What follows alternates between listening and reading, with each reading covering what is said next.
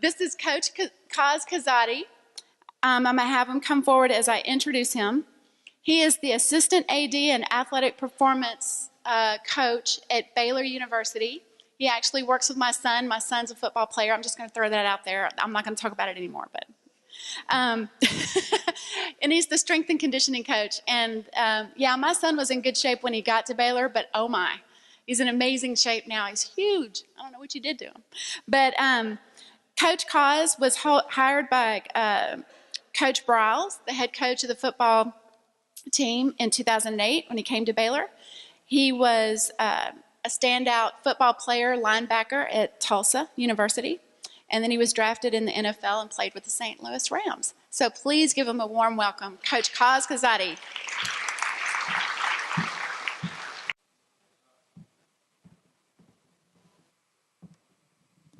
Stand by this microphone. Can I move around a little? Okay, I can do. All right. I'm not really a microphone guy. Okay. Hey, before I get started, I want to say, first of all, I'd like to thank Dina for even inviting me to come out and share a little bit with you guys. I think that was awesome. And let me tell you a little story about how she asked. We were actually at work and we're in the indoor and footballs are getting thrown around. And she goes, "Hey, Coach Cosby, you like mind speaking at a little luncheon, a function of ours that we're doing in Bryce's hometown?" And I tell her, "Well, let me take a look at my schedule and then I'll get back to you." And she goes, "Great, I'll get," and I'm like, "Oh," so I'll get right back to you. Okay, great. And then so I get an email and she goes, "This is the date." I'm thinking, right around May 2nd or something like that. Do you have the time? I said, "It's looking like we could probably work something out, but I'll know pretty soon." She's like, "That's awesome. I'm going to take that as a yes." And I mean, we're going and I'm like, okay. So then I get another email and it says, "This is the date. Here's the schedule. I got you set. You're going to be the last speaker. Da, da, da. We're looking forward to seeing you there." And I'm like, this is happening, So I'm going to tell you just a little bit. I mean, that's who you're dealing with right now.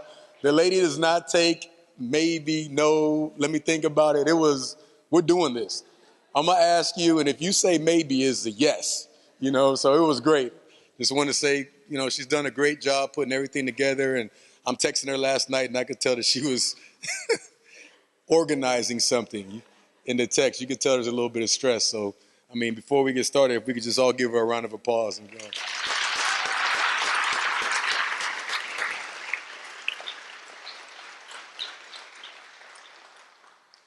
And I do want to say to the two musicians that were up here, I was very impressed. They were real loose. They had a great time. So anytime somebody's sharing a gift with you, it's always like, they might as well be standing up here nude because they're sharing a gift.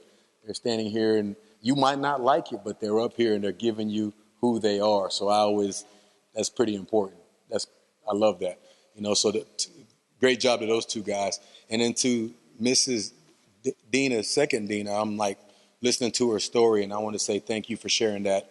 And again, to expose yourself to a crowd takes a lot of courage because not everybody will accept your story. Some people might not even listen to it, so it takes a lot of courage to do that. And I want to say thank you very much for taking a deep breath and expressing that. All right. Okay. Real quick, I want to be able to talk to the demographic of youngsters that we're talking to. I want to identify the crowd. This is something that we do whenever we're recruiting our athletes. If you could do me a favor, all you young people that are in here, if you could do me a favor and take your cell phone out of your pocket just for a second. Just for a second, that's all I'm asking for. I'll give it back to you in a total of 12 to 15 minutes. If you could take your cell phone and put it on the table where you're at, just put it right there on the table, if you don't mind. Okay, now if you could stand up just for a second.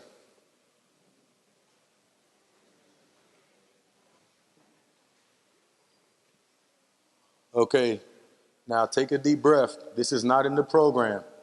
DFO, it's an initial, it means don't freak out. We're making a midstream adjustment. DFO, don't freak out.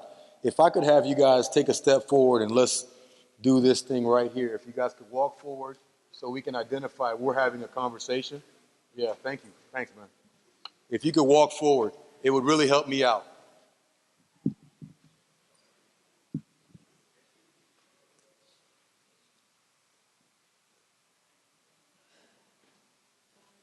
Thanks.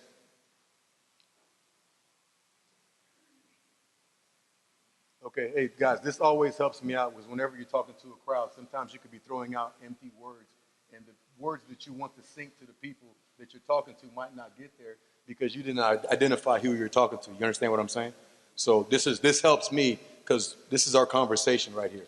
Okay, real quick, I'm going to give you a little bit of background about who is this guy talking to me and why should I listen to him, or anything like that. So I'm going to give you a real quick background, and I'm going to promise.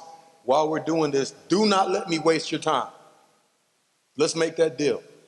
If I start wasting your time and I start saying something that you're like, I'm bored, if you raise your hand, I'll give you 2 timeouts, not 3. All right, I'll give you a couple of timeouts. We'll take 30 seconds, and then I'll pick back up. All right? All I'm asking you to do is try to focus and pay attention for the time that we're sitting here having this conversation. And I will promise not to waste your time. Okay? All right. Real quick. I was born in Zaire, Africa. That's a continent.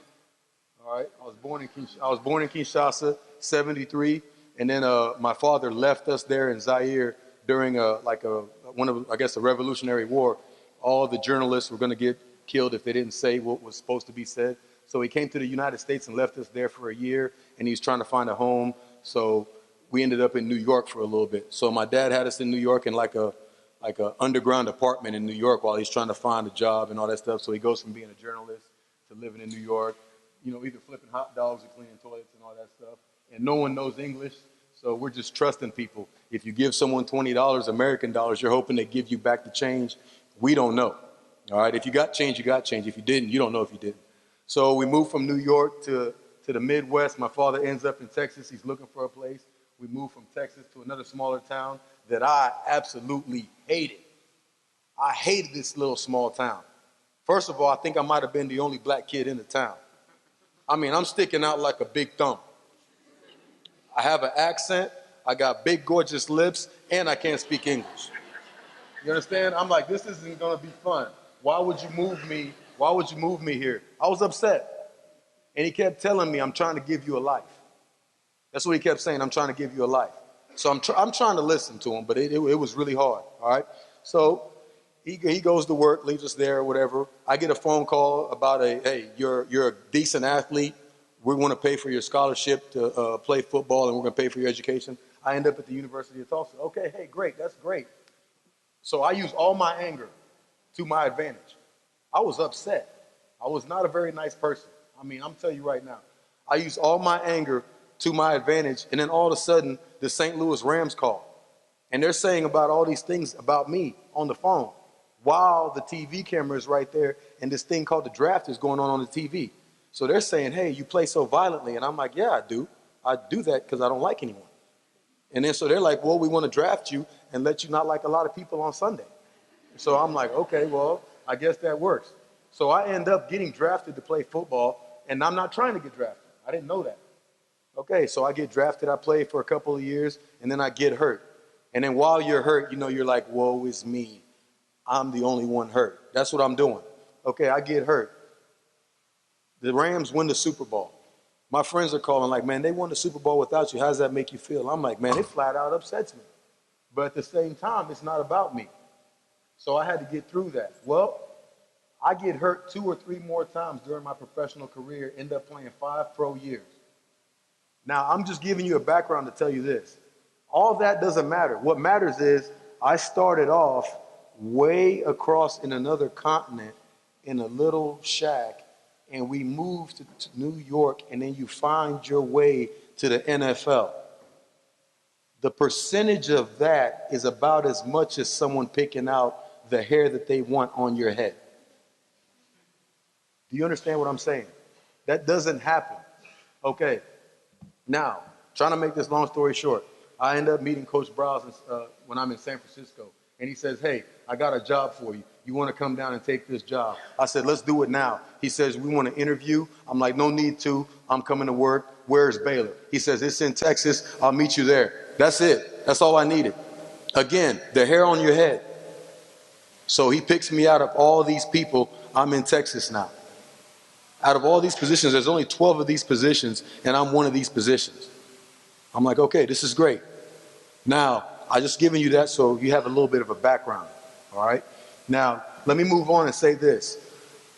Before we start this presentation and I roll this video, what we tell our guys is life is one big journey, and we draw a ship, a big boat. The boat weighs what? Let's say 200 some odd tons. Is that what we heard in San Diego about these big boats, big ships, these big war vessels? You're a big war vessel.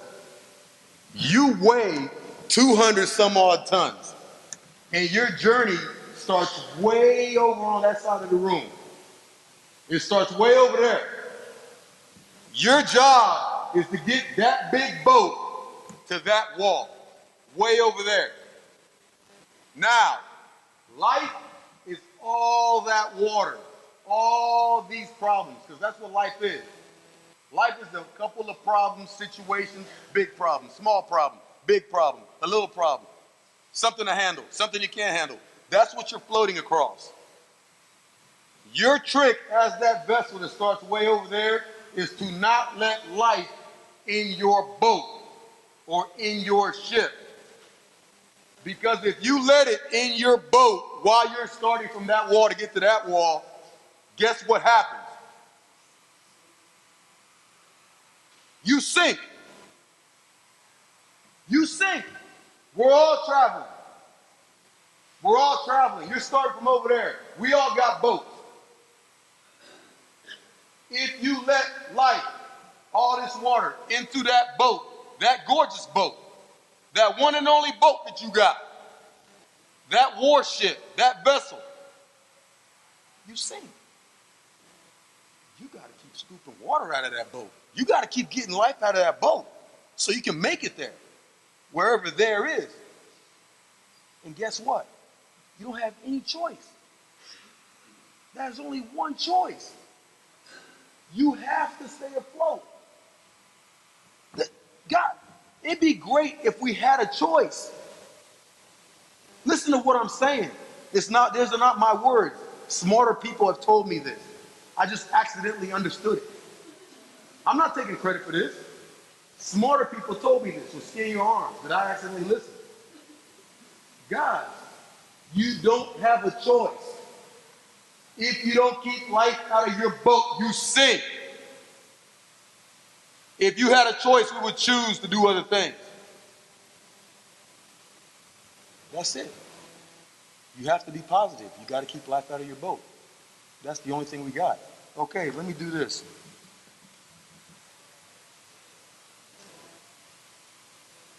To get from there to there in your war vessel, in your boat, you need people around you that can help you see the problems.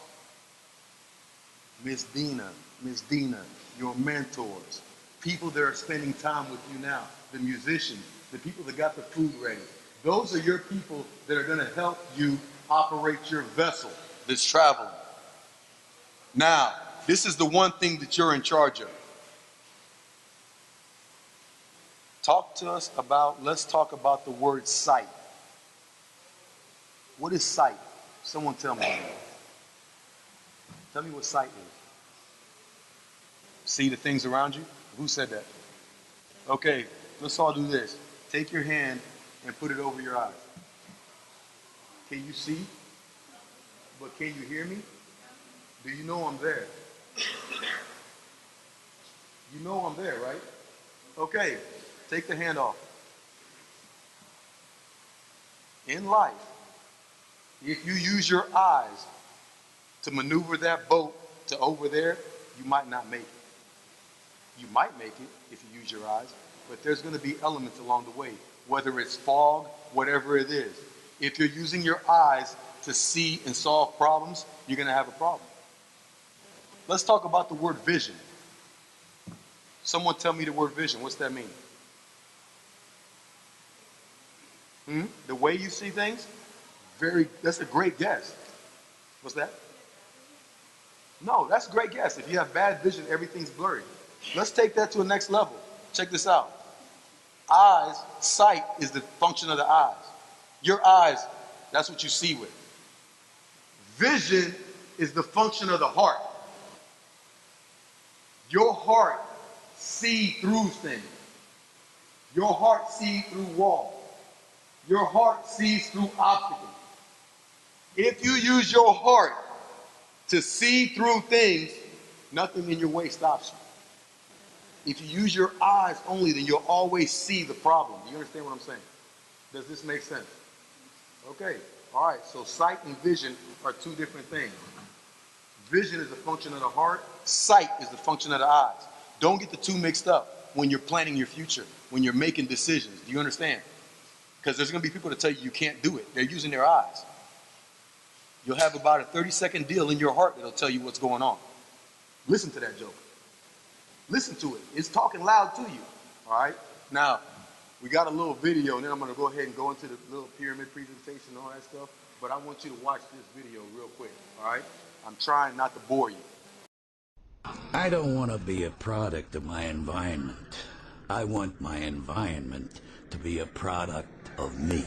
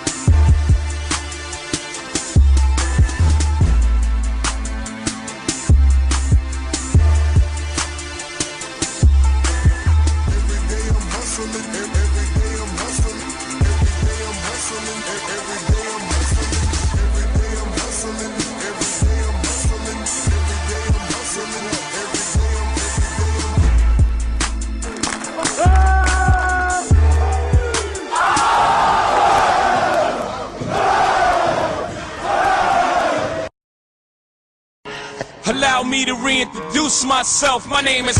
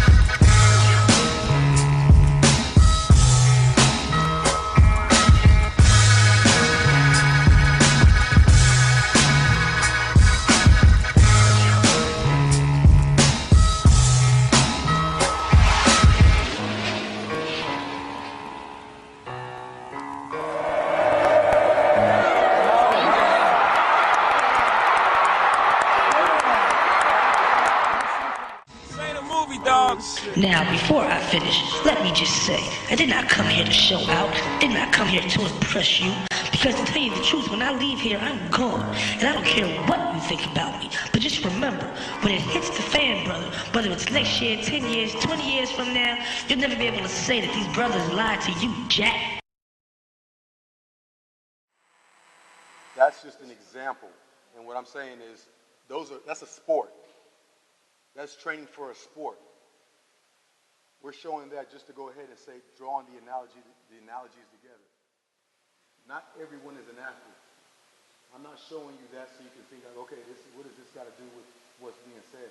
That is a sport and it's training for a sport. But how do these guys and these young ladies get up every single day? Every single day, they don't have an excuse. And there's accountability and they have to show up. How can somebody do that? I'm not talking about football. That's not what we're showing you. We're showing you hard work. How hard is it to get up every single day and have someone in your face saying, we got to get this done? Think about that. Every single day? Can you please show that pyramid? Okay, here's what they learned the very first day when they step on campus. And we're going to talk about this. Hopefully it helps us all out. All right? The very first day when you step on campus, if you take a look at the pyramid, there's motivation. That's the bottom of the pyramid. It's what you call the foundation. It's the foundation. What does that mean? Well, we all got to have it. We all got to have it. What's your motivation? You know what Miss Dana's motivation is? Her motivation is to make sure that she helps all of you guys out. So every single day she gets up in the morning, her motivation is you. There's two types of motivation. Internal, that's in you, that's in your heart. You don't need an alarm clock to wake up to go do it. You know you're going to do it. You don't need anybody to make you do it. You're going to go do it. There's external motivation. That's what some of us need. You need someone to say, hey, you got to go do this. Don't forget. Neither one of those are better than the other. They're both necessary. But the thing is, you have to be motivated. You have to be motivated. What do you want? What do we want? What do you want? When you get up in the morning, what do you want? What do you want? When you get up in the morning, do you have a motivation? What gets you ticking? Is it for me to shut up? Think about it. What do you want? What's your motivation? All right. Next thing is confidence. The best analogy for confidence is this. Has anybody in here went and took a test and didn't study for the test? Let's tell the truth. I mean, everybody's hand should be up. You know that feeling when you turn the test in and you know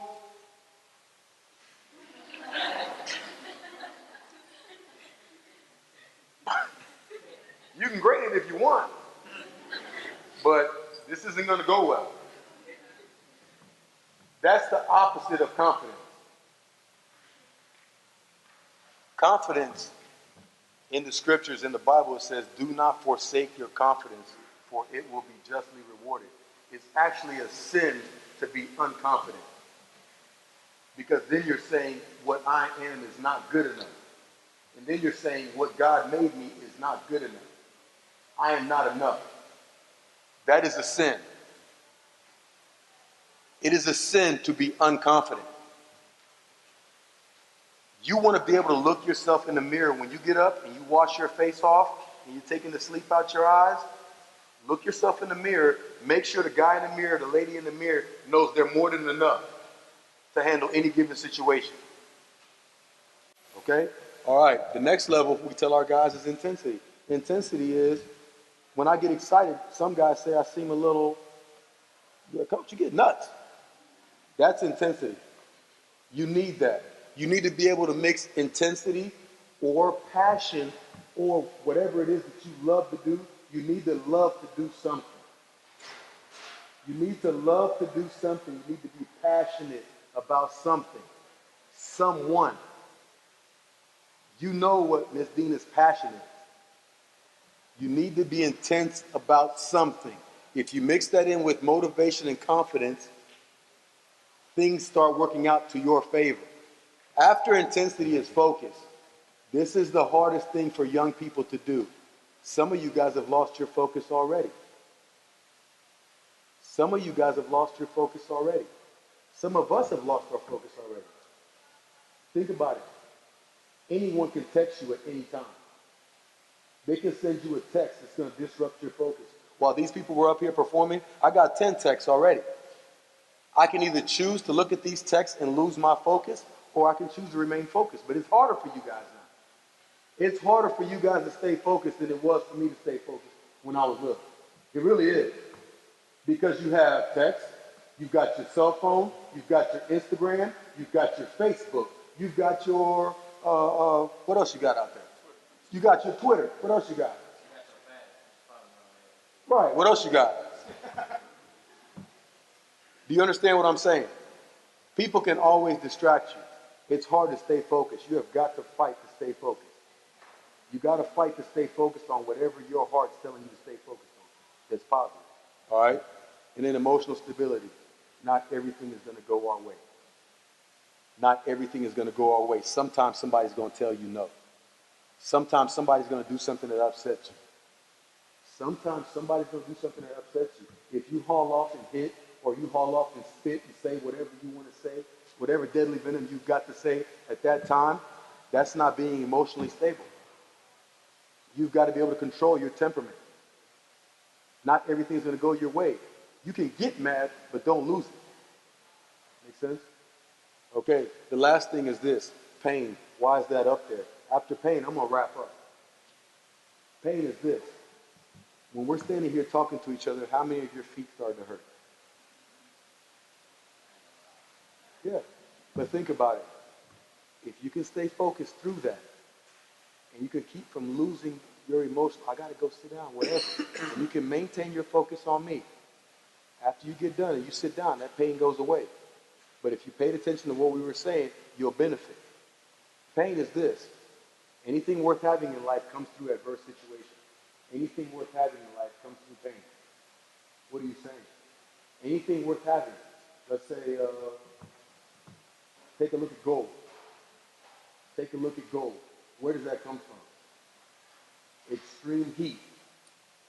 If you take a rusty piece of metal, combine it with some other element, and you turn up some extreme heat, fire, it melts all the other stuff away. And then you end up with gold from fire.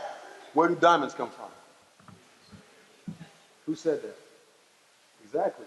They come from heat and pressure. You understand? So to get a diamond, you've got to squeeze it. Squeeze it to the point where it's uncomfortable and it hurts. And all that pressure and steam and movement creates an expensive little stone. That's how you get a diamond. Where do babies come from? They come from labor. Extreme pain. That's the best answer. That's what they come from. Extreme pain. Anything worth having in life comes at a price. If you want to be a great musician, you're going to lose a couple band members. You're going to not have some money sometimes. You're going to have to do a couple of gigs for free. You understand what we're saying? All right? Hey, guys, listen. It's been an honor and a privilege for me to be even asked to speak to you guys. I take this stuff seriously. All I want to do is touch at least 5 of you guys. I learned a long time ago, whenever you talk to a crowd, you can't save everybody. You can't save everybody. And I'm not in that business. I'm not Christ. I don't walk on water. I'm not trying to save all you guys. I'm just hoping that 5 of you guys got it. If only 5 of you guys got it, when God called me, he's going to say, what about the day you spoke in Midlothian? Did you make a difference? And I'm going to say, hopefully 5 got it. If 5 got it, I did my job. It's on to those 5 to get the rest of you guys caught on. This message isn't for everybody. Getting people on the right is not for everybody. I'm not trying to help everyone because I can't. But if I can help 5 of you guys, just 5, talk to Coach Dana, let her know you need to get a hold of me, and then I can help you out if I can. You understand? If you're in Waco and you need some help, call, and we can help you. All right? Appreciate it, guys.